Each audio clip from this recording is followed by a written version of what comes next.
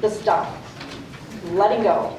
A lot of times we can organize spaces, make it look pretty, look at a book, but unless you let go of some of that stuff, you're not simplifying, and that clutter just hangs around. And so I want you to think about when you embrace a space, what do you think about when you enter a room, your back entrance, your kitchen, your bedroom? If you feel the overwhelm, if you feel the chaos, if you feel stress, how can we get you so you feel that calm, so you feel more of a peace?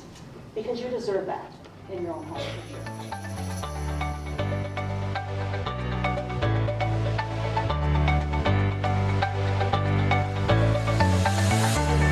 And welcome, Heidi.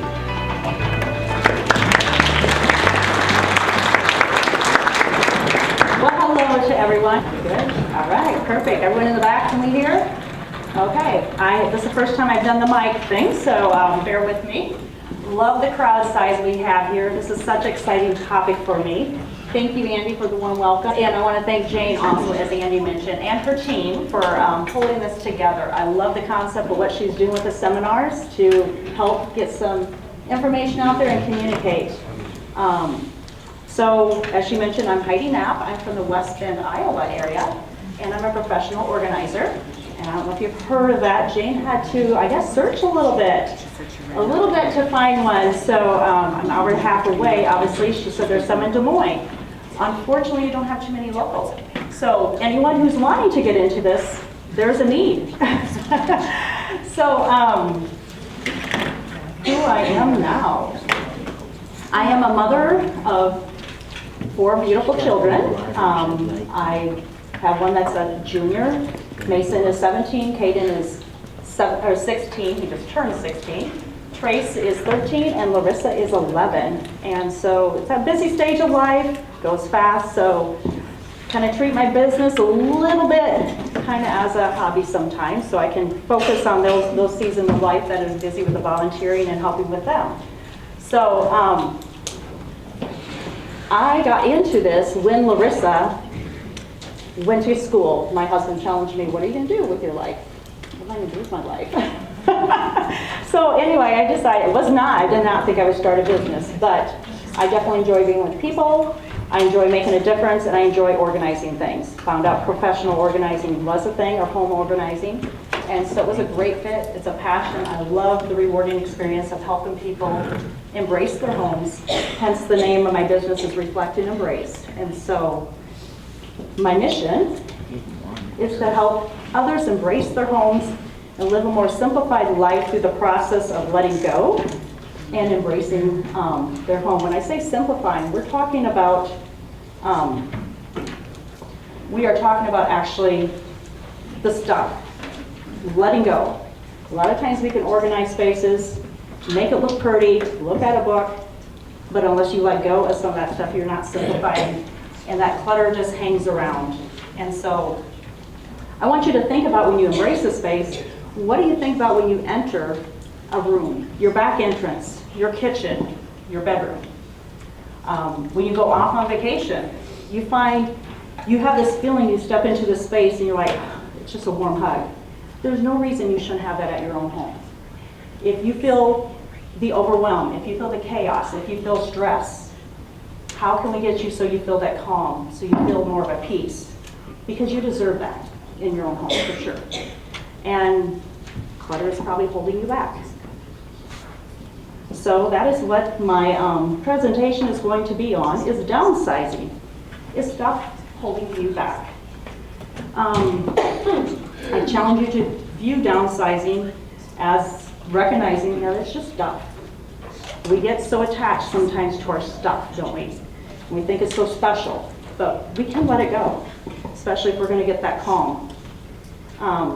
Life changes, we go through different stages, and I would challenge you that there's probably a lot of stuff at home, at your place, that you're not utilizing anymore.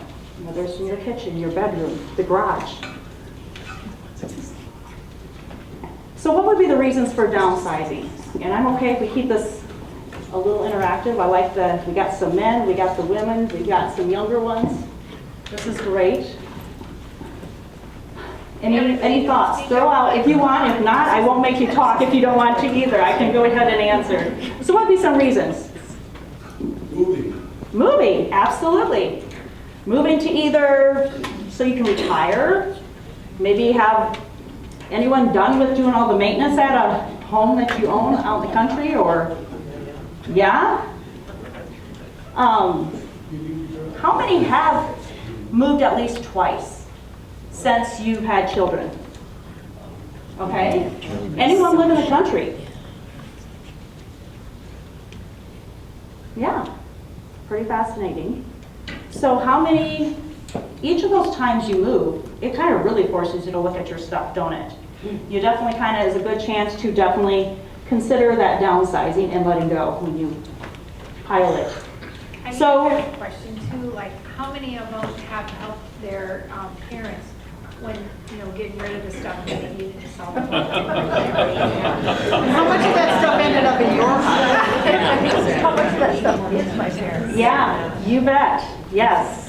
So what is clutter? Let's talk about what that clutter could be, in order so you can downsize. There's several definitions, and clutter can be anything that's lying around in an untidy state. Clutter is anything we don't need, want, or use, takes our time, energy, and our space.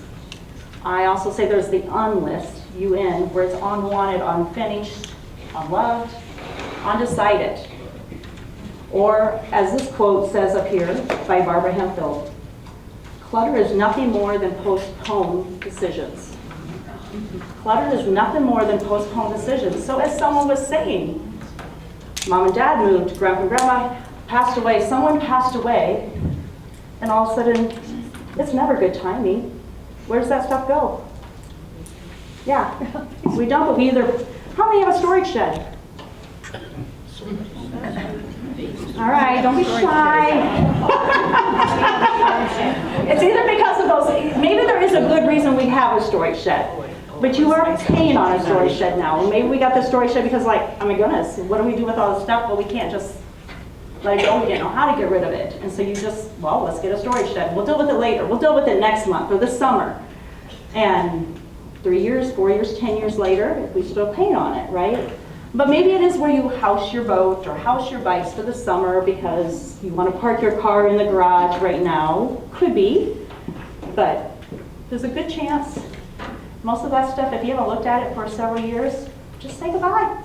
It's okay, let it go. So postponed decisions also can be, I always tell my clients, it can be as simple as in order to keep the house tidy, if you want to say this, that if you can take care of it in less than 2 or 3 minutes, 5 minutes, just follow through with it. You think back to the day when you had your little kids.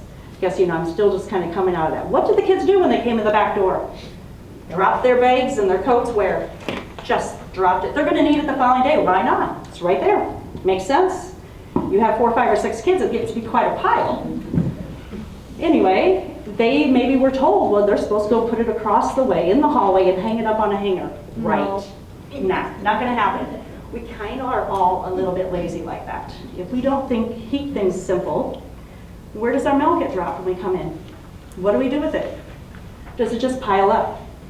If we don't take care of paper, laundry, or dishes, those are non-negotiables. They will overtake your home for sure. And so that's just those postponed decisions. One of my non-negotiable at my, forget about the mic.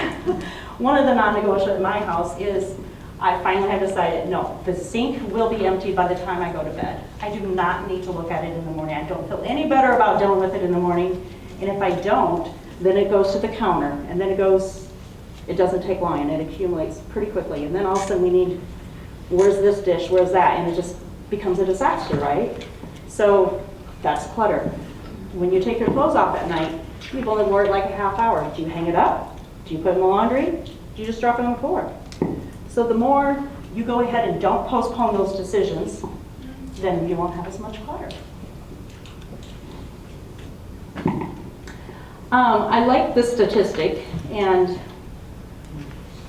they say women's stress levels are directly proportional to the amount of clutter they have. I think there could be a lot of truth to that from what I have witnessed from interacting enough with different women. I don't know if you've heard of the 20-80 rule, Pareto. A scientist came up with that, but it applies to a lot of things in life. In the organizing world, we like to go ahead and say that when you tend to use 20% of your stuff 80% of the time. So out of 100% of your whole stuff, use just 20% of it 80% of the time. So like take it to your kitchen. In your kitchen, you have your cabinets full, the counters are probably full, the cupboards, the drawers, everything's full. And it's hard to get in and out, find stuff, you probably have a pantry. And if you're only using 20% of the stuff in there, 80% of the time, and maybe you're only using the stuff, 10% of the stuff. That's kind of awareness that, whoa, can I let go of that stuff? Maybe. Go to your closet. Now the women can definitely relate with this more. You go to put something on and you take it off. Did you do that before you came here? It's probably not because you felt like you're overdressed. It's probably because the coloring, something didn't feel right. You know, do you go ahead and let it go? Or look at it again the next time and be annoyed? I always encourage people to just go ahead and have a donation bin, drop it in. That's, if you take it off, it means you probably just need to let it go. Let it go. So that is why I'm definitely here, is give you permission to just let it go. Sometimes I find most of my clients just need that layer of just knowing that it's okay. But I've also heard where some will talk about like their husband's voice from up in heaven is haunting them too. If they let whatever precious wood thing they were hanging on to, and they said it was, they need to hang on to it, they better keep it. And they don't let it go. A garage. Now that is one big junk drawer some days, right? Maybe for us. It gets to be a good dropping zone. I think that's back to that postponed decisions for sure. A lot of times we forget to decide, make a decision at that moment, and so it just starts being less walkway. Maybe we're not even parking in there anymore. So the question is, and I hear so many clients say, I don't know how I got here. How did I accumulate so much stuff? How did this happen? And I have a picture here of the close-up view of like the game of life. And life happened, didn't it? Life happened. I like to tell people to recognize that we need to recognize that organization tends to break down whenever any life-changing event happens. Depending how significant that life-changing event is. I didn't mention, but I also have a child safe in heaven. He was born and lived just 24 hours. So it could be death. It could be a marriage. It could be a child just going off to college is life-changing. It could be where, feel free to shout out some other things, a divorce or a change in jobs. Some of those things all just kind of pause us and we stop. And so we're not keeping up with whatever maybe we're maintaining usually, and all of a sudden that stuff just accumulates. And so life happens, and that can be. Now some of the other things that we can recognize as far as just angles of why we accumulate also, I'll feel free to throw in some ideas here too. I'm gonna just kick us off with how about generational? And when I say that, I'm talking about if your parents potentially went through the Great Depression, what did they do? They washed their Ziplocs, they repurposed everything, right? They kept everything, absolutely. Because there might be a need. We had, where we go into my one grandma's house, and she was okay that we would do this, but we'd have to empty out her contained drawer, get all her Ziploc bags that she kept saving. She couldn't throw it away, but if we wanted to, that was fine. In her bathroom, she'd line up those little cardboard tubes. I don't know what they would have repurposed them for, but they would have used them. She couldn't throw them away, but if we wanted to, we could. And so those behaviors tend to just drop down to the rest of the kids, to the next layer, and either can have a switched effect where they don't have nothing, like they're a minimalist. They're not going to be like what they grew up under or their parents, but most of us tend to take on the same behaviors of whatever we saw from our parents. And we're not in that scarcity mindset anymore, so we don't need to have so much stuff. We don't need to worry about what if, and need to hang on to it. Sentimental.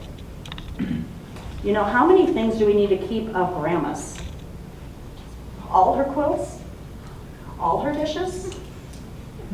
What really sparks a joy when you think of her? And maybe instead of the whole plate set, you could just keep the cups that you had tea with her with. Did you even see the quilts that you were given and dropped to you? Because somebody better take it. Your sisters didn't want it, so you're the dropping point. You better hang on to it. There's always somebody in the family that kind of gets to be you got to keep accumulating. All the yearbooks, all the, they'll take the stuff when someone moves along or pass it on. And it's hard, but definitely that sentimental can get you a little bit. How about kids? Do we collect and accumulate through kids?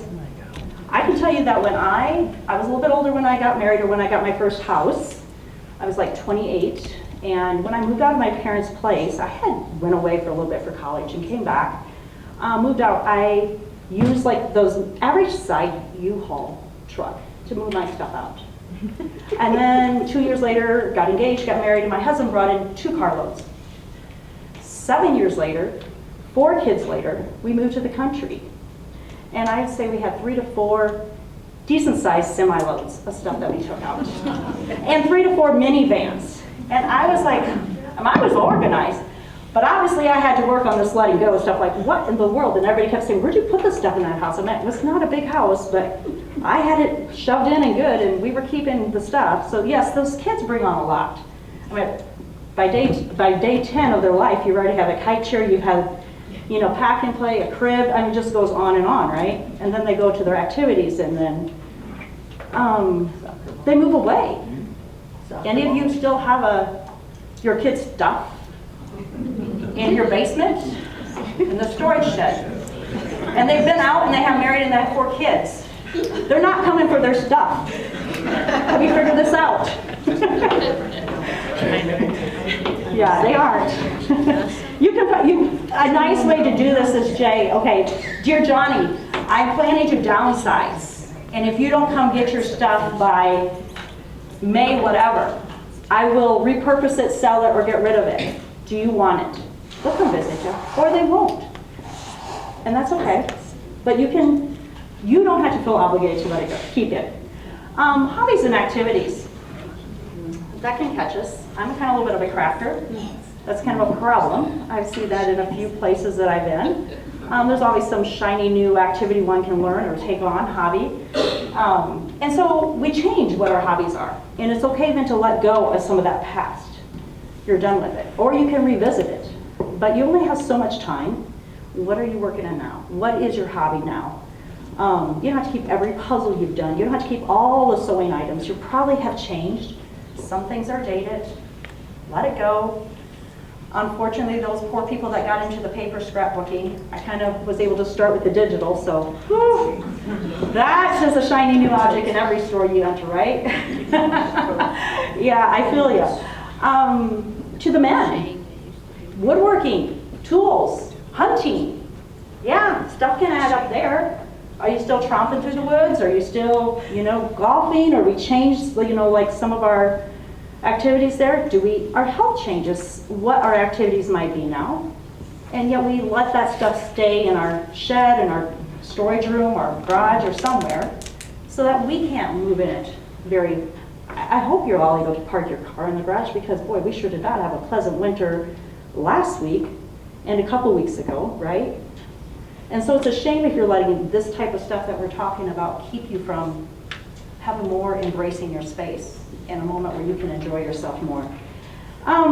Continuing to buy. Anyone heard of Costco?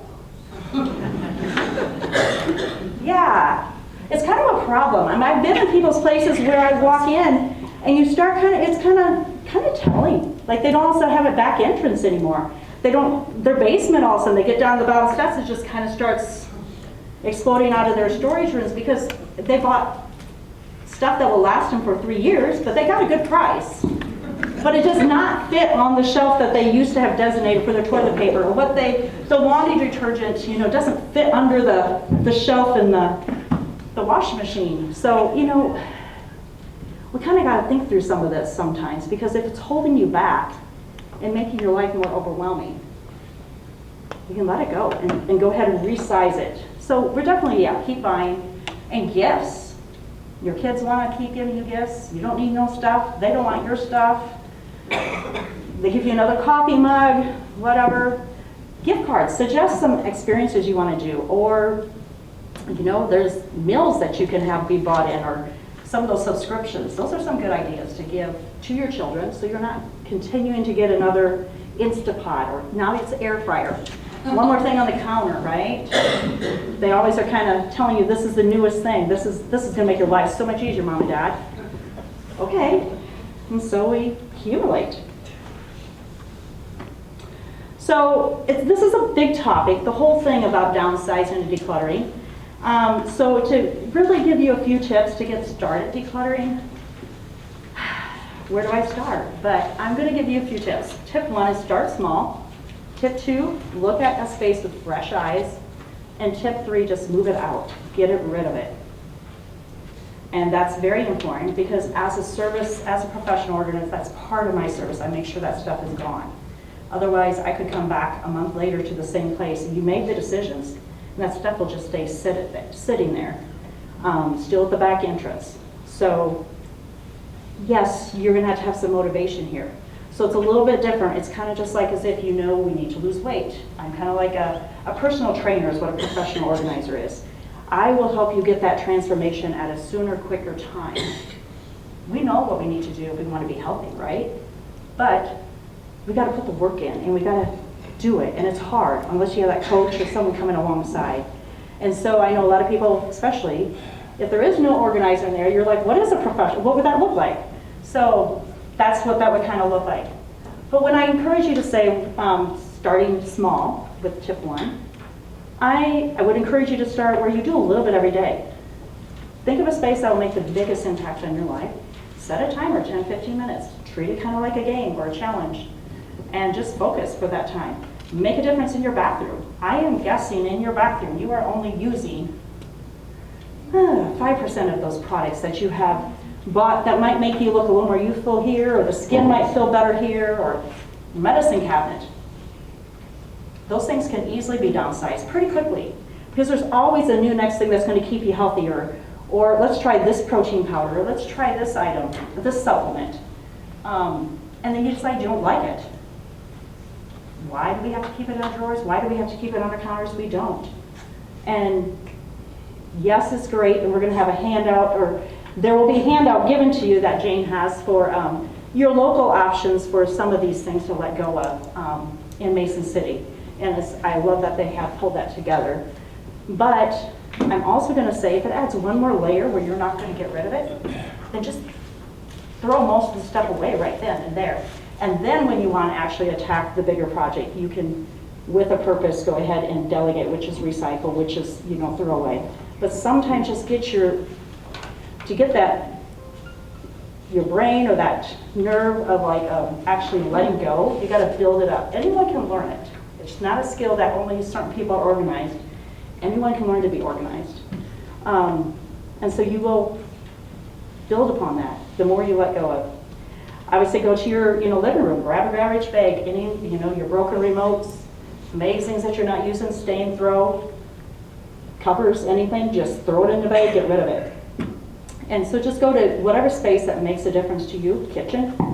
You can start small.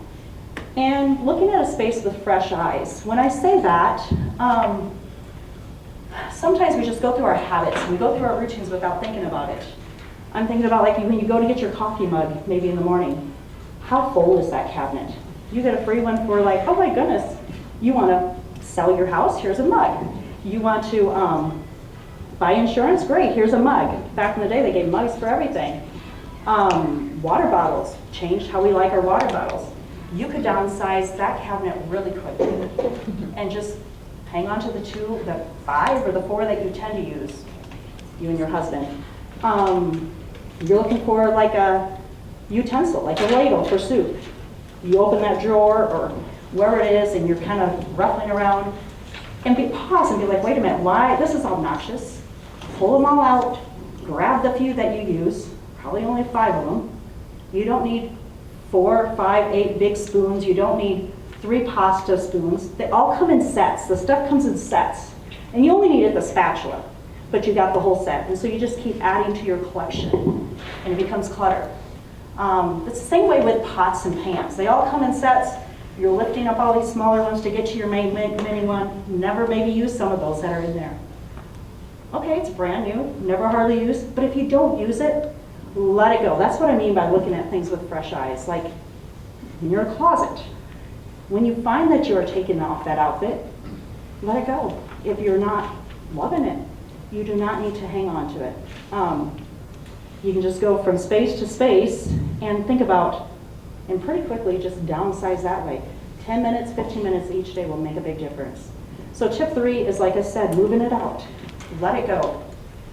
Use the resources that Jane will have put together here for you, for like your electronics and there's different consignment places, there's Goodwill, there's, you name it, go ahead, and a lot of clients, I would go ahead and bring in like a 1.5 yard garbage, a dumpster, or another wheelie one that they can pick up, and that makes it convenient to just let the stuff out the door. Do not let it sit in your walkway, please. So what are the benefits to all this? Why would you go to this much work? You will benefit mentally, physically, and financially. I think the mentally and the physically we can understand. Financially, why?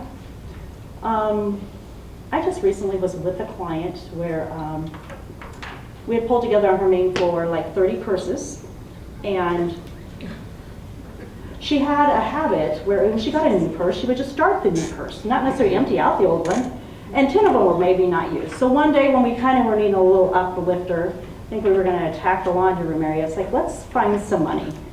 So we grabbed all those purses, we dumped them out on the table and sorted, and I'd asked her how much money she got. Originally she thought maybe 20. I'm like, oh my goodness, there's got to be 100. Well, halfway through the process, I let her re-up her number, and she then texted me back later when she counted it up. Her dollar bills added up to over $700, and her change was over $80. So, and besides that, there was like gift cards. They went out to eat that night, her and her son. Absolutely, go for it, girl. So rewarding when you get that. And it doesn't have to be always just money. In the mail and stuff, we'll find a lot of times bills that have been way overdue, and they add that extra late fee or birthday cards with money. It's so exciting when you find the money, but there are also the times where you spend more money because you can't find that tape measure, you can't find the scissors, you can't find the drill, and so you go buy another one. And it's there, you can't find your glasses, so you go buy another reader's glasses. You can't find, we spend. So financially you will definitely benefit. And you will definitely benefit from just embracing where you're at, where you want to be. If your dream is to move, but you feel like you're stuck, you want to retire, you don't want to have all this work of maintaining your place, now it might feel like you can get there if you can let go. And you will definitely be blessing your children very much if you can make these decisions now, because if you've helped with your parents or someone else, you know how much work that can be. And my husband and my family are we had such contrast in our 2 different sets of grandparents. We had Grandpa and Grandma Fair over here who moved from the country to town to retirement village to assisted living. And they were 90 when they passed away. And Grandpa over here also, his sight went down or south, about 80 years old, and maybe 78. He could still drive, but once he realized maybe he wasn't quite so safe, he handed in his keys and sold his vehicle. And then he also was doing woodworking a lot. And when he felt like he also, I think he nicked his finger the one time, he's like, I probably should let this go too. Sold his saws, and that takes dignity to be able to do that. Grandpa over here, Grandpa and Grandma, they had 5 kids over here, 5 kids here. They both were 90, and they actually were pretty good friends with each other, but 5 hours away from each other. They ended up raising their 5 children and dying in their home place that they had been in, and Grandpa was still farming at his 80s.